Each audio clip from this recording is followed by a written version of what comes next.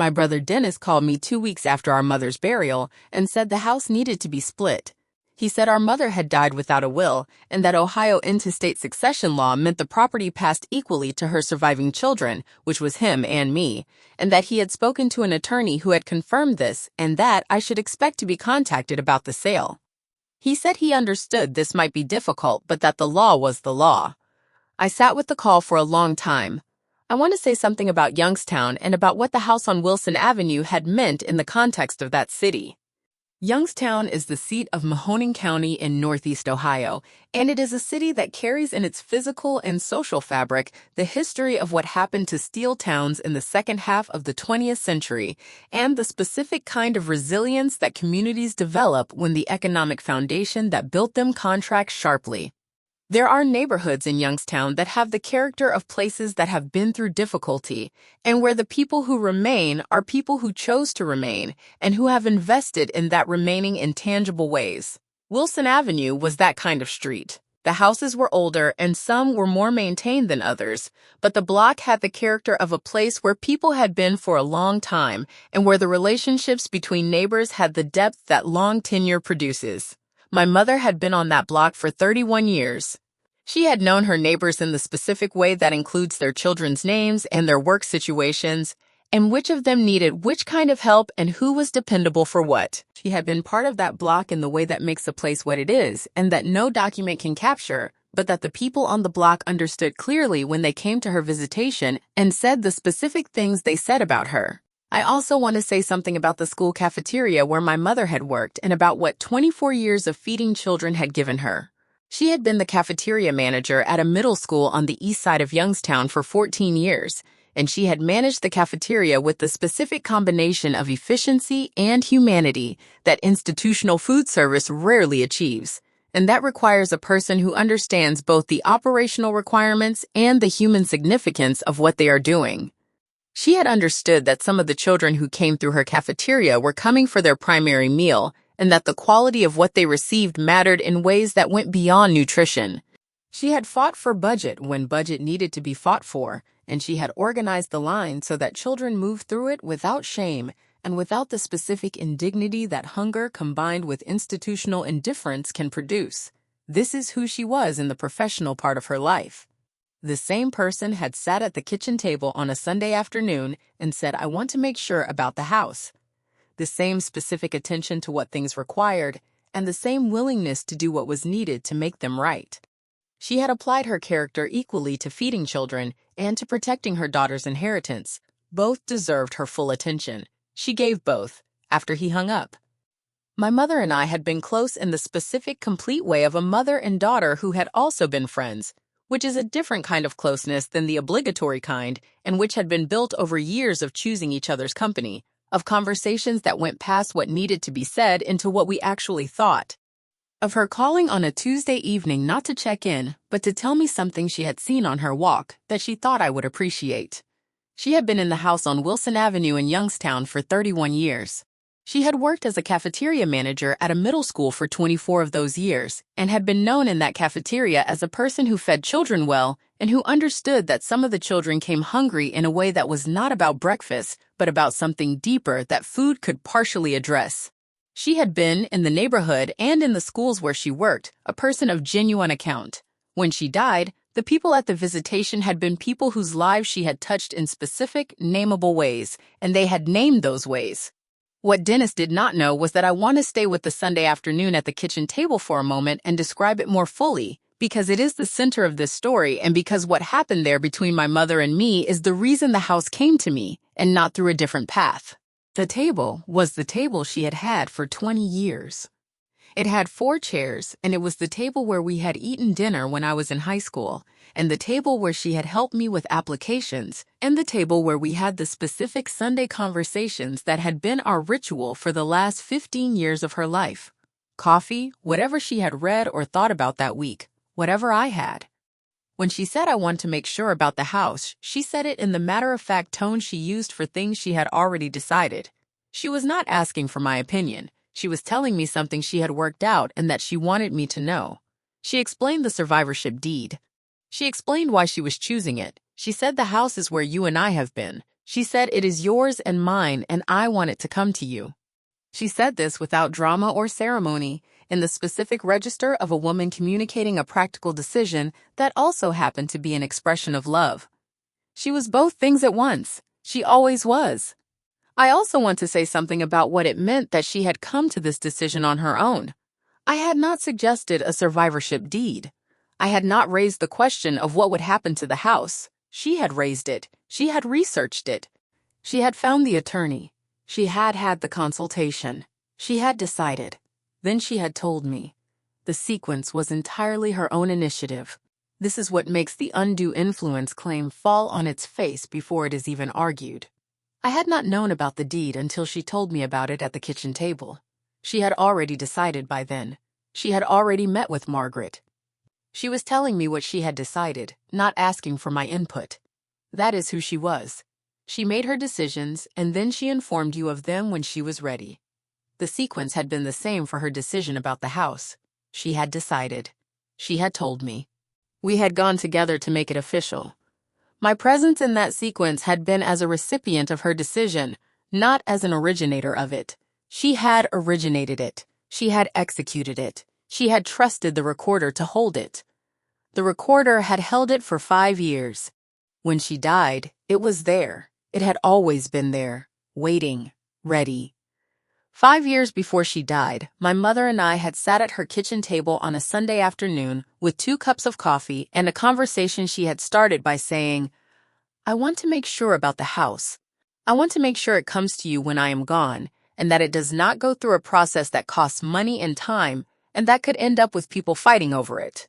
She had said this clearly with the specific directness of a woman who had spent her professional life solving practical problems with practical tools. She had said she had spoken to an attorney and that there was a way to put both our names on the deed as joint tenants with the right of survivorship, and that this meant when she died, the house would come to me automatically, no probate, no court, and that the only thing that could change this was if she filed a different deed later. She said she wanted to do this, and she wanted me to know why. Because the house was her thing, the thing she had built, and she wanted it to go to the person who had been with her in the building of it. We had driven together to the Mahoning. I want to say something about what it meant to be at the recorder's office that Tuesday afternoon, and to watch the instrument be filed, and to have my mother say what she said after the clerk stamped it. The Mahoning County Recorder's office is in the courthouse building in downtown Youngstown, and it has the specific functional quality of a government office that processes instruments all day and that has organized itself for that purpose. A counter, a wait, a clerk who reviews the document, verifies the formal requirements, accepts the filing fee, stamps the instrument with the recording date and the instrument number. My mother had her documents in order because she always had her documents in order. The clerk had stamped the deed. My mother had looked at the stamp. She had put the copy in her folder. She had said, "There. That is done. Now you know."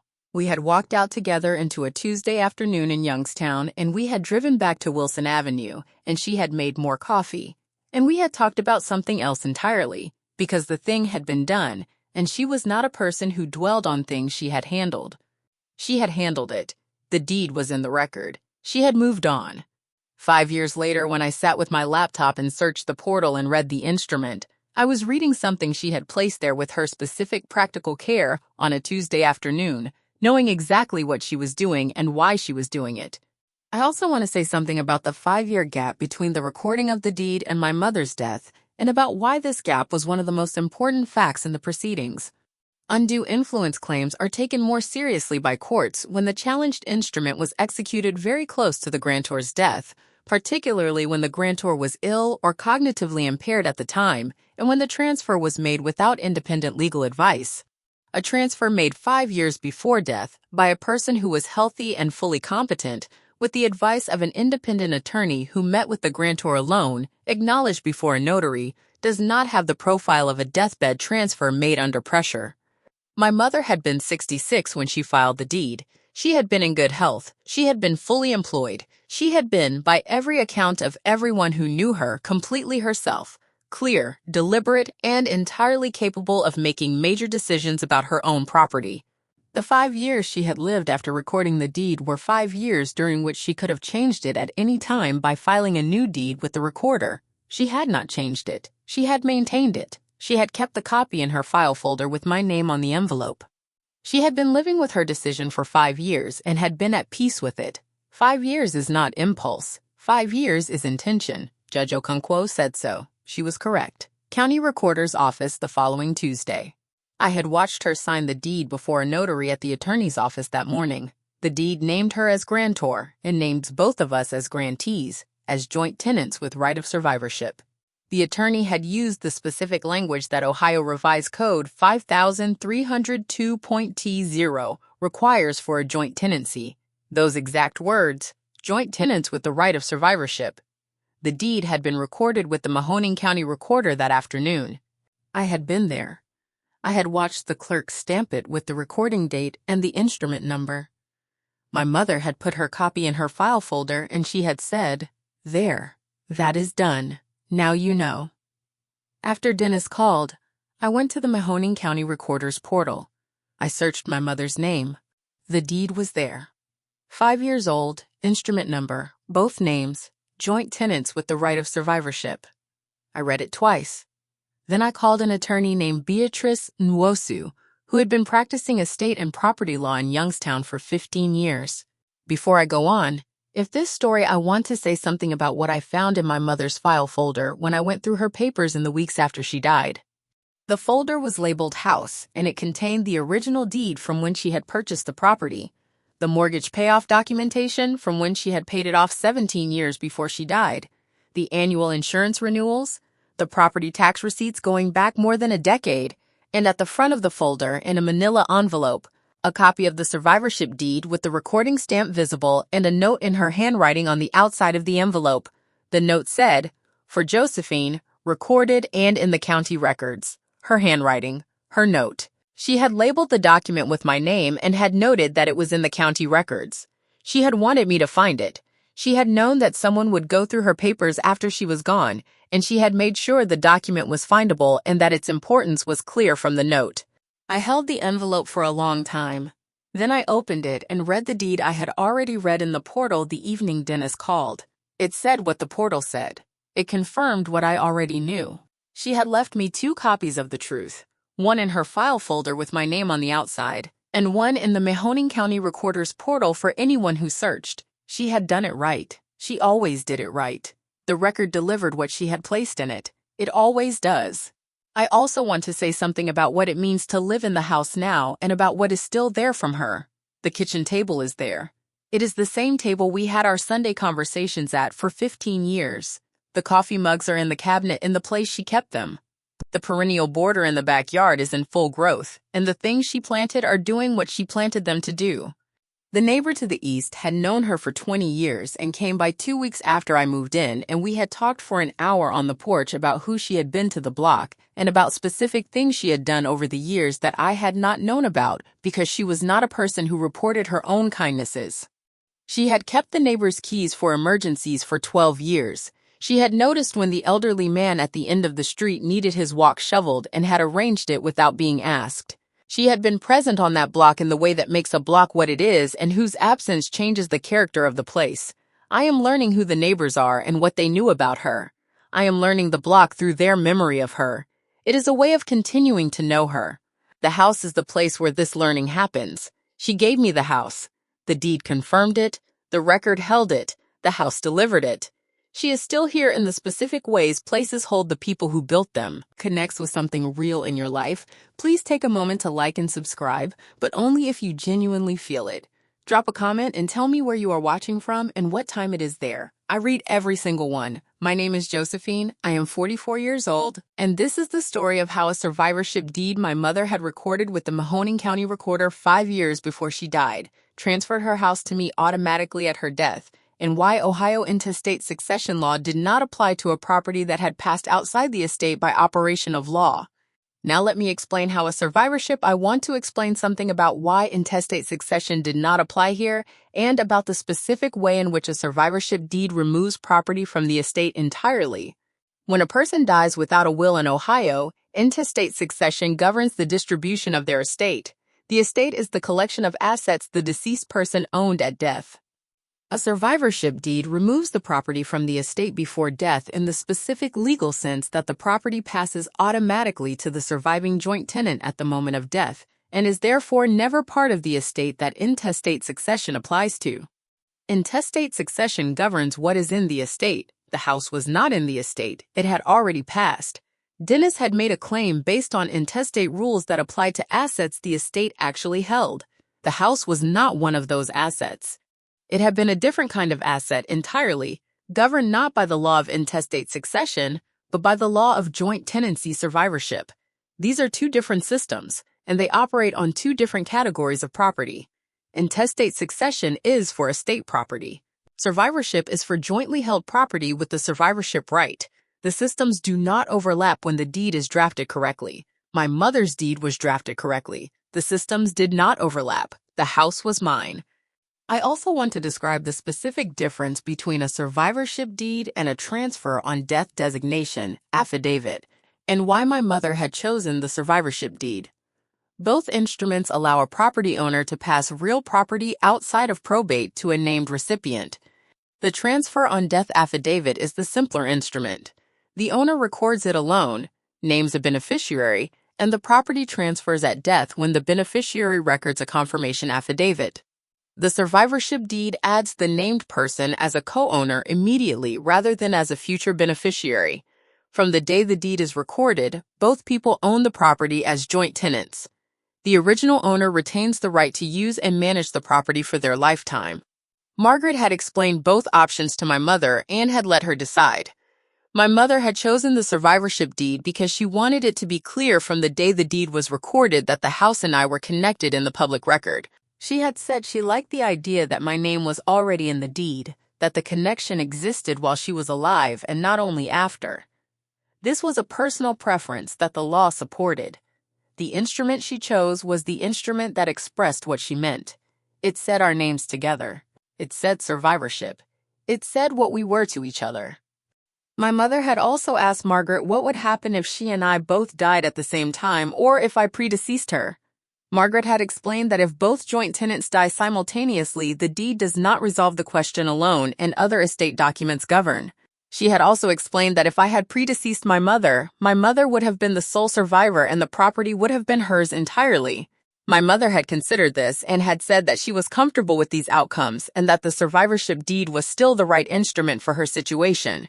She had asked the right questions. She had received complete answers. She had made her decision with full information.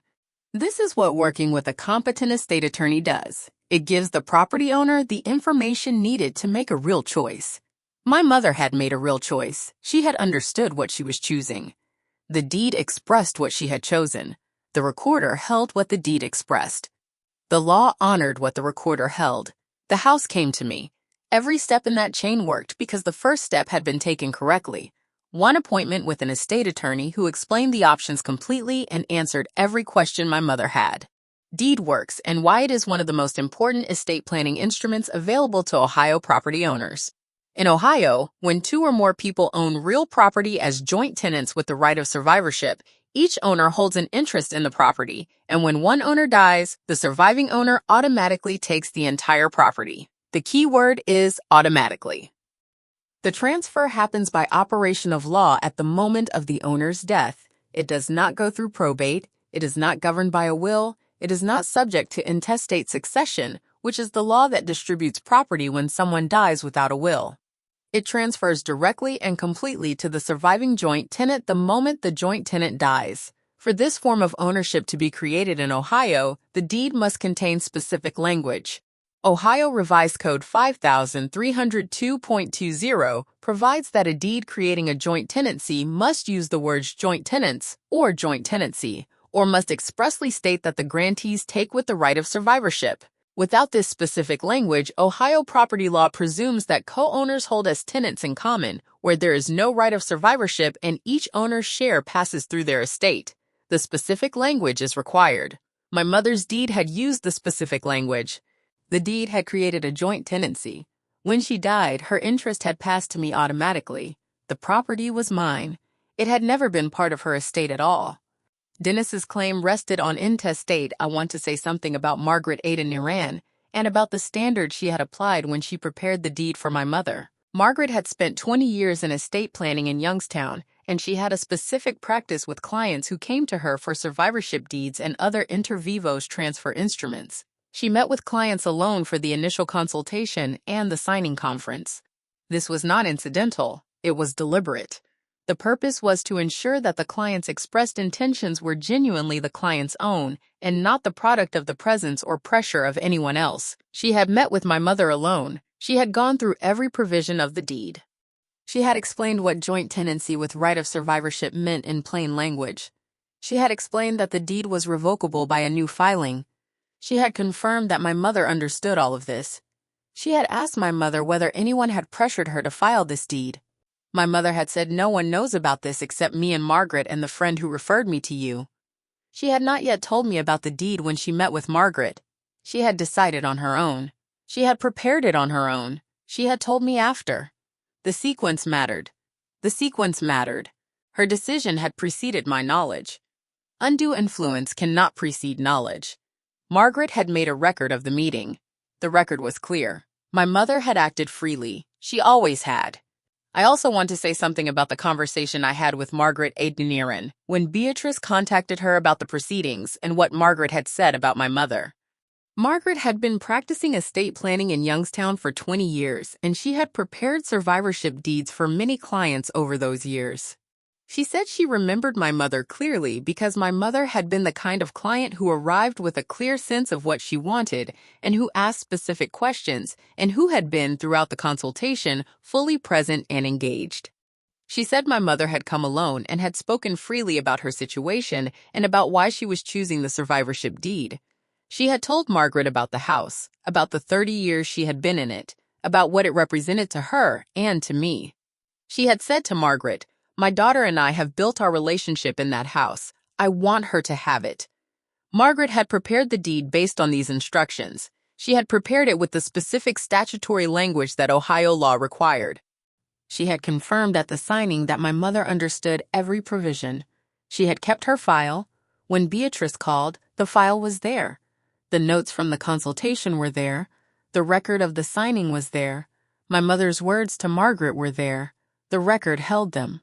The record holds everything that is put into it properly. She had put this into it properly.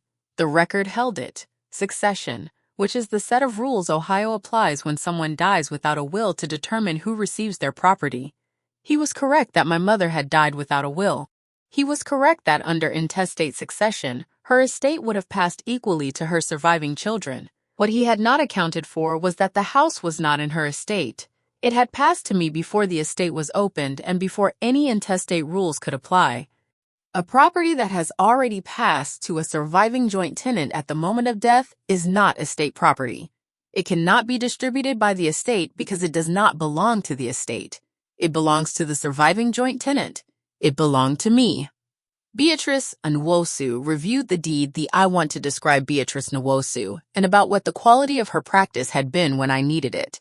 She had been practicing estate and property law in Youngstown for 15 years when I called her. She had the specific direct quality of an attorney who is accustomed to families in difficult circumstances and who understands that the most useful thing she can do in the first conversation is to identify the central legal question quickly and accurately. She had said, "The language is correct, the recording is valid, and the transfer is complete." She had said these three things in that order, and they were the three things that mattered, and she had known immediately which three things they were. She had then told me what to do next: file the affidavit of surviving joint tenant and the death certificate. She had told me what would happen if Dennis pursued the claim. She had said to move quickly on the affidavit before the complaint was filed. We had filed within the week. When Dennis filed the undue influence complaint the following month, the title was already in my name. The Mahoning County Auditor's record showed me as the sole owner of record. The survivorship transfer had been completed in the public record before the complaint was filed. Beatrice had known to move quickly. We had moved quickly. The record had been established before the challenge. The challenge had had nothing left to challenge. I also want to describe the specific quality of what it felt like to read the deed in the portal on the evening Dennis called, and to see my mother's name and my name together in the grantee section with the survivorship language underneath. I had been grieving for 2 weeks. The grief had been the specific consuming kind of the first weeks after a parent dies, when the absence is new enough to be regularly surprising, and when the practical demands of the death land on top of the grief and require you to function when you would prefer not to. Dennis's call had added a legal weight to the grief weight, and I had sat with both for about an hour before I opened the laptop. When the deed appeared in the portal and I read the grantee section and saw both our names with the survivorship language, I had felt something that was partly relief and partly the specific feeling of being looked after by someone who was no longer there to do it in person. She had prepared for this. She had known that a question like Dennis's might arise, and she had answered it 5 years in advance with a recorded instrument in the Mahoning County Recorder's index. She had done it because she loved me, and because she was practical about love, and practical love makes things for the future. The deed was practical love. It was also correct in every legal requirement that Ohio property law imposed. Both things at once. She was always both things at once. Morning after I called her, she said the language is correct, the recording is valid, and the transfer is complete.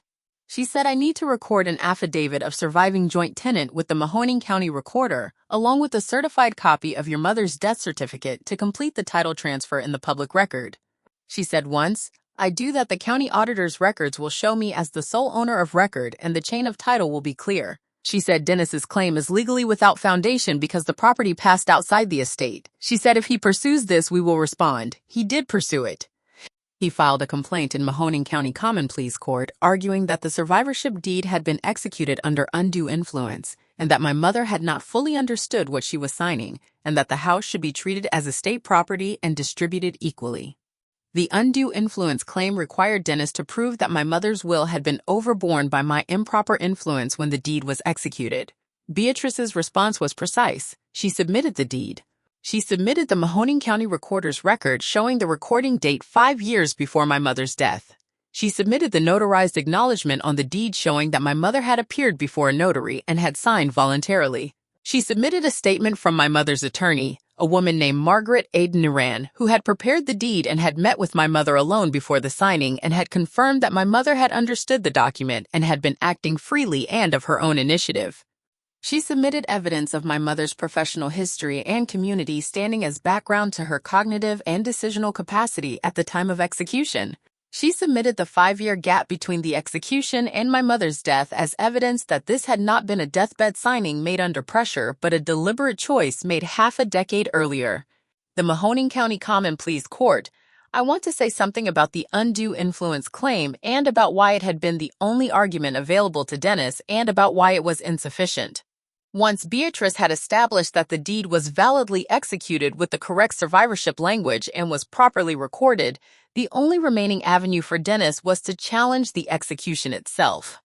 An undue influence claim asserts that the grantor's free will was overborne by another person's improper conduct at the time of signing.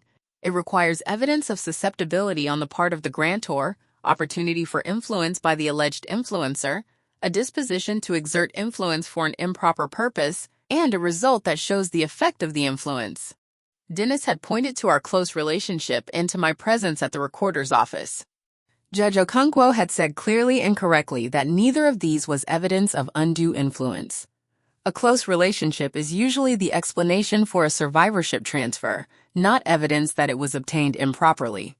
The presence of the grantee at the recording of an instrument in which the grantee is named is entirely ordinary and unrelated to whether the grantor signed freely. Against these was the evidence Beatrice had submitted, the independent attorney, the sole consultation, the notarized acknowledgement, the 5-year gap. The evidence showed a deliberate decision made by a capable woman who knew exactly what she was doing. The claim had not approached what it needed. I also want to say something about Judge Chisom Okonkwo and about the quality of her analysis at the hearing. She had reviewed the submissions in advance, and she arrived at the hearing having already identified the legal issues. She asked Dennis's attorney the specific question that resolved the case. What is the specific evidence of undue influence? The attorney pointed to the relationship and to my presence at the recording. Judge Okonkwo said she understood both points and had considered them and did not find that either constituted evidence of undue influence as the doctrine required. She said the evidence before her showed a woman of full capacity acting independently with independent counsel 5 years before her death. She said this was not the profile of an influence transaction. She said the instrument was valid. She dismissed the complaint. The clarity of the ruling reflected the clarity of the evidence. Beatrice had submitted a complete evidentiary record that addressed every element of the undue influence test. The record showed absence of susceptibility, absence of opportunity, absence of disposition, and absence of result from influence. It showed the opposite of all four: a strong woman acting freely, an independent attorney, a notary, 5 years. A file folder with my name on the envelope. These were not the facts of an influence deed. They were the facts of a thoughtful decision made by a thoughtful woman. The judge saw this. The record showed it. Assigned the matter to Judge Chisom Okonkwo, who had been handling civil and property matters in Mahoning County for 9 years. At the hearing, she reviewed the submissions carefully. She asked Dennis's attorney to identify the specific evidence of undue influence. The attorney pointed to the close relationship between my mother and me and to the fact that I had been present at the recorder's office when the deed was filed. Judge Okonkwo said a close relationship between a grantor and a grantee was not evidence of undue influence. It was often the explanation for why a grantor chose the grantee. She said the presence of the grantee at the recorder's office was not evidence of undue influence. It was typical for a party to a recorded instrument to be present at its recording.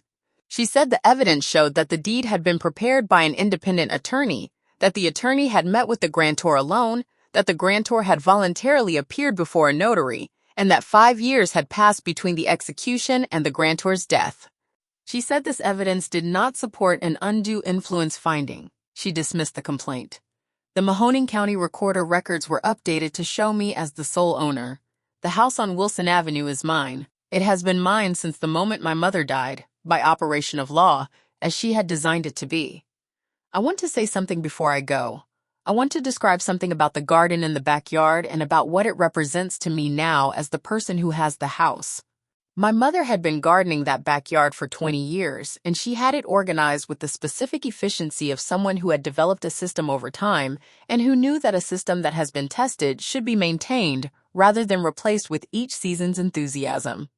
There were 3 raised beds for vegetables in the sunniest part of the yard, and a perennial border along the fence that she had planted gradually with things that came back every year, so that the garden would require less from her as she got older and more of it would simply arrive. This was planning.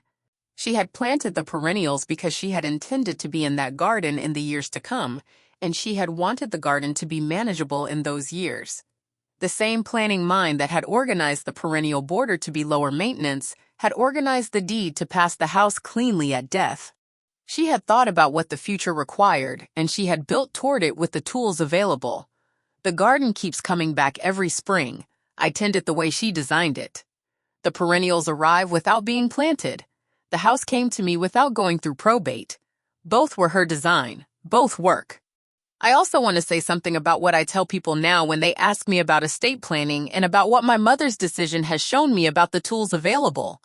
I am a medical billing specialist. I am not an attorney, and I cannot give legal advice.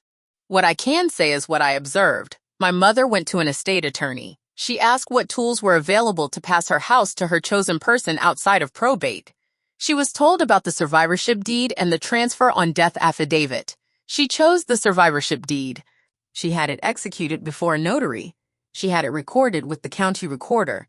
She kept a copy in her file folder with my name on the outside. The entire process had taken 2 weeks from the first consultation to the recording. The instrument had been in the public record for 5 years when she died. When she died, the house came to me automatically, without probate, without court, without delay. The intestate succession claim my brother had raised had no basis because the house was not in the estate. All of this was the product of one appointment with an estate attorney and one trip to the county recorder. My mother had known this was sufficient. She had done it. The tool had worked. If you are thinking about what happens to your property when you die, ask an estate attorney about the tools available in your state. The answer may be simpler than you think. My mother had found it simple. She had done it. It worked. The garden also holds something else I want to mention. She had kept a small spiral notebook in the shed where she recorded each spring what she had divided or moved or added to the perennial border and notes on what had or had not worked the previous season. The notebook went back 12 years. Each entry was dated and specific. I found it in the shed the first spring I was in the house, and I read it from the beginning, and I understood the garden better from reading it than I had from looking at it. She had kept records of the garden the way she kept records of everything that mattered to her, dated, specific, stored where they could be found. The file folder with my name on the envelope had been prepared with the same habit of mind that produced the garden notebook. Both said, "This matters, so I am keeping track of it in a way that can be found and used by whoever needs it." She kept records because records are how things survive the person who made them. She had been right about this. The garden notebook is how the garden survives her. The survivorship deed is how the house came to me. Both were produced by the same understanding. Documentation is care for the future. She cared for the future. She documented it correctly. The future arrived as she had planned. The perennials came back. The house came to me. The record held both of these things. It always holds what is placed in it carefully. Not about Dennis and not about the legal proceedings. About the Sunday afternoon at the kitchen table 5 years before my mother died. And about what she had said, and about what it has meant to me to know that she had planned this and had done it correctly, and that the record she made has delivered exactly what she intended. She had said, "I want the house to go to the person who was with me in the building of it." She had said this, and then she had said, "That is you." She had said it simply, the way she said things that were true and that she had thought about and that she was certain of. We had finished our coffee and we had driven to the attorney's office the following Tuesday, and she had signed the deed, and I had watched the notary stamp it. And we had driven to the recorder's office, and she had watched the clerk stamp it, and she had put her copy in her file folder, and she had said, "There, that is done." Now you know. I knew. I had always known. The record confirmed what I knew. The record has always confirmed what was true. Search the recorder. Read the deed. Read the co-ownership language.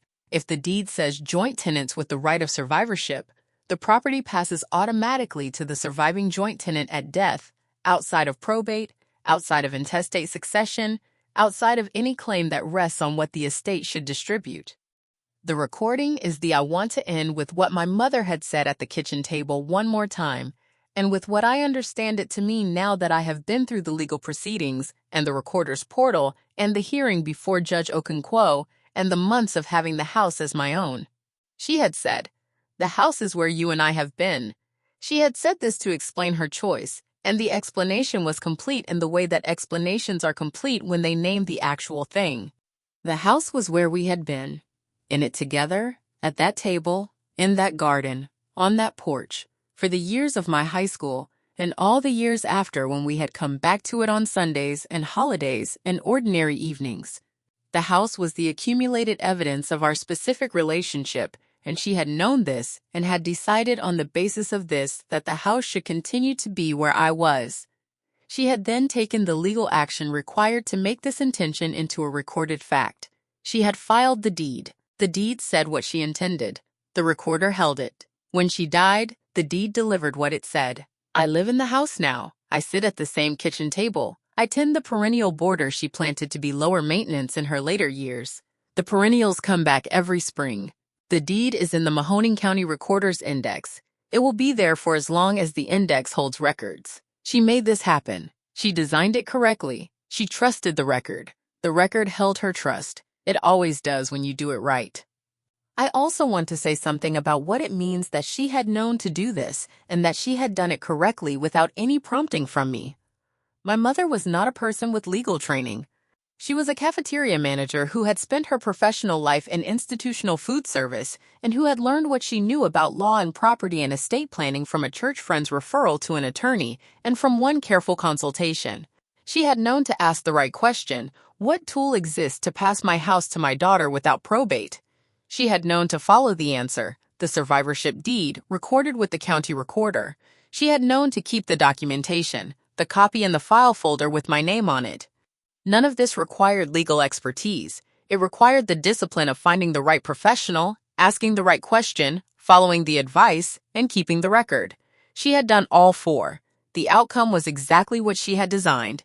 The house came to me. The estate dispute was dismissed. The record prevailed. She had built this outcome from a single conversation with an estate attorney 5 years before she died.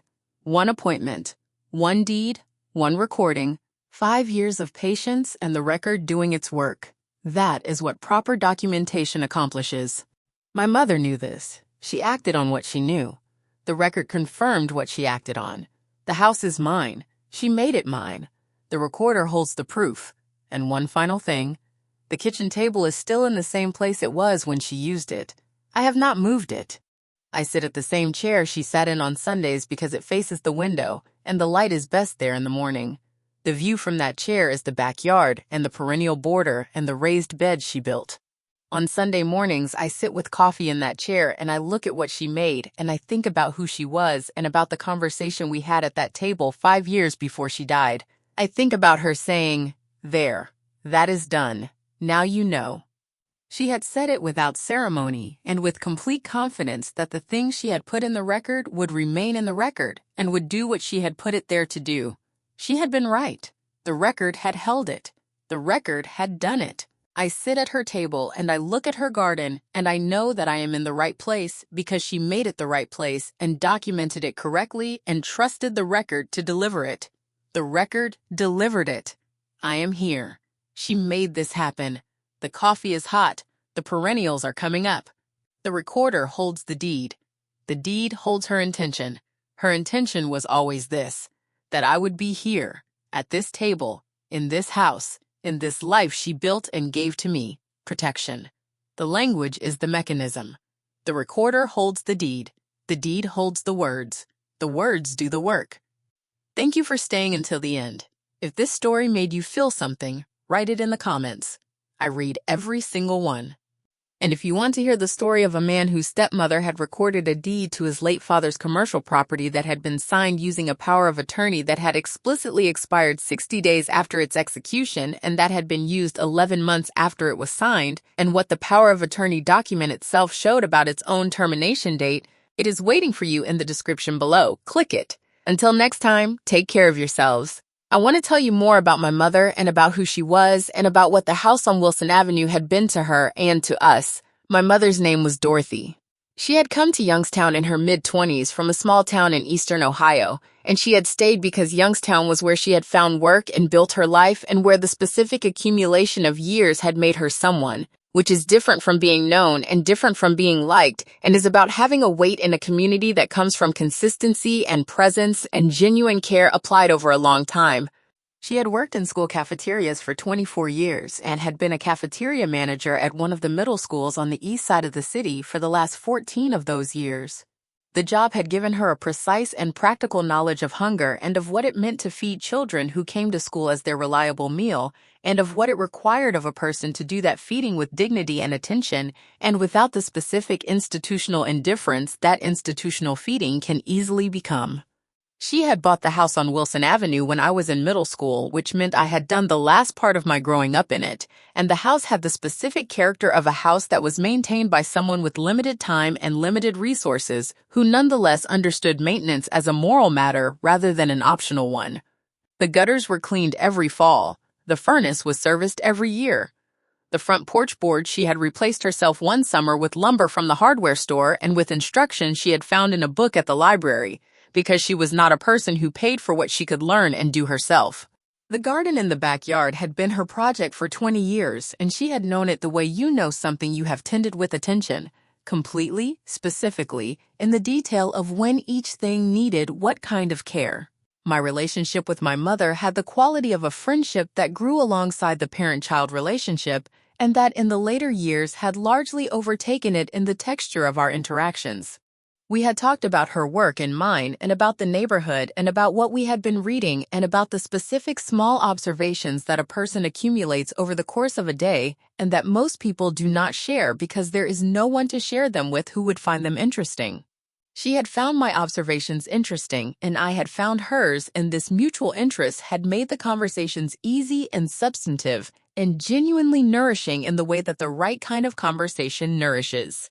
When she died at 71 after a short illness, I had lost not only my mother, but the specific interlocutor she had been, and the specific quality of attention she had given me and that I had tried to give her. I want to say something more about the Sunday afternoon at the kitchen table and about the context in which my mother had brought up the subject of the house. She had not raised it in response to anything I had said or in the context of a larger conversation about estate planning.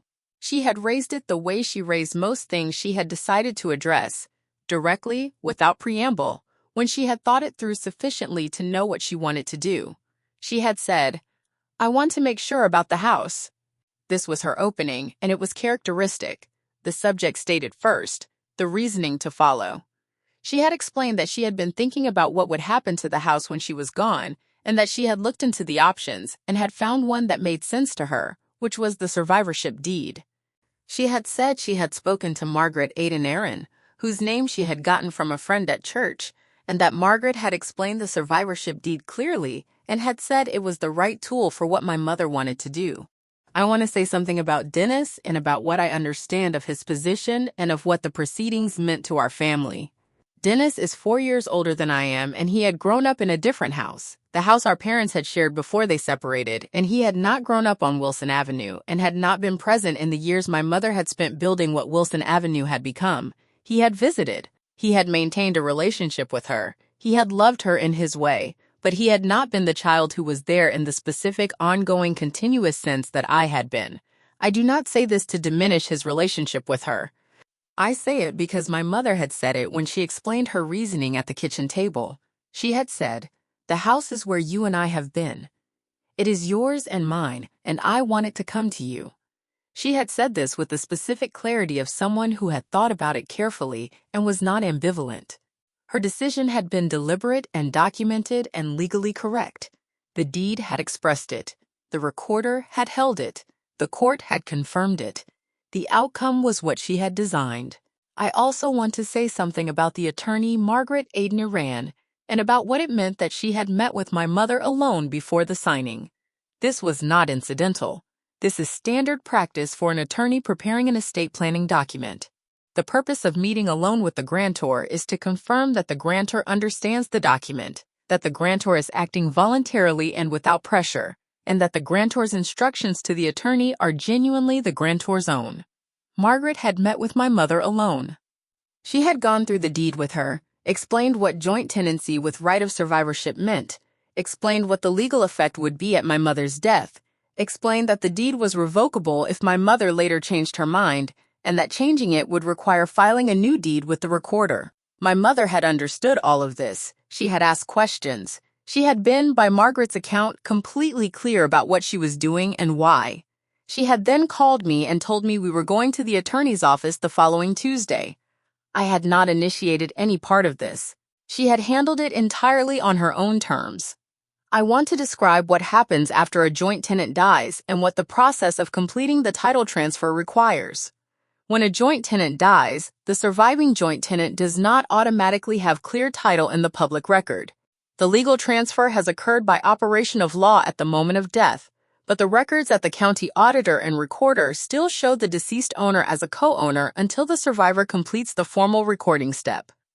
To clear the title in the public record, the surviving joint tenant records an affidavit of surviving joint tenant with the county recorder along with a certified copy of the death certificate.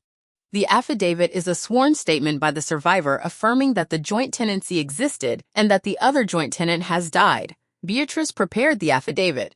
I reviewed it and signed it before a notary. I filed it with the Mahoning County Recorder along with the certified death certificate. The recorder processed both. The county auditor's records were updated to show me as the sole owner of record.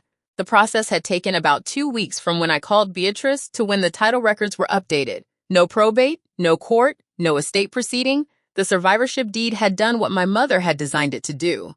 I want to say something about the Mahoning County Recorder's portal and about how the deed appeared when I searched it the evening after Dennis called. I had been sitting at the table in my apartment with my laptop, and the call had been about an hour earlier, and I had been sitting with the grief and the tiredness and the sudden practical weight of Dennis's claim landing on top of both of those things. I opened the laptop. I went to the Mahoning County Recorder's website. I searched my mother's name. The portal is publicly accessible and returns a chronological list of recorded instruments for any property. The survivorship deed appeared in the results. 5 years ago, my mother's name as grantor, my mother and my name as grantees. I clicked on the entry. The deed document appeared. I scrolled to the co-ownership language. Joint tenants with the right of survivorship. The words were there. They had been there for 5 years. My mother had put them there. I had been there when she put them there. I read the words and I thought about the Tuesday afternoon when the clerk had stamped the instrument and my mother had said, "There. That is done. Now you know." I knew. I still knew. The record confirmed it. That was the last time I cried that evening. After that, I had work to do.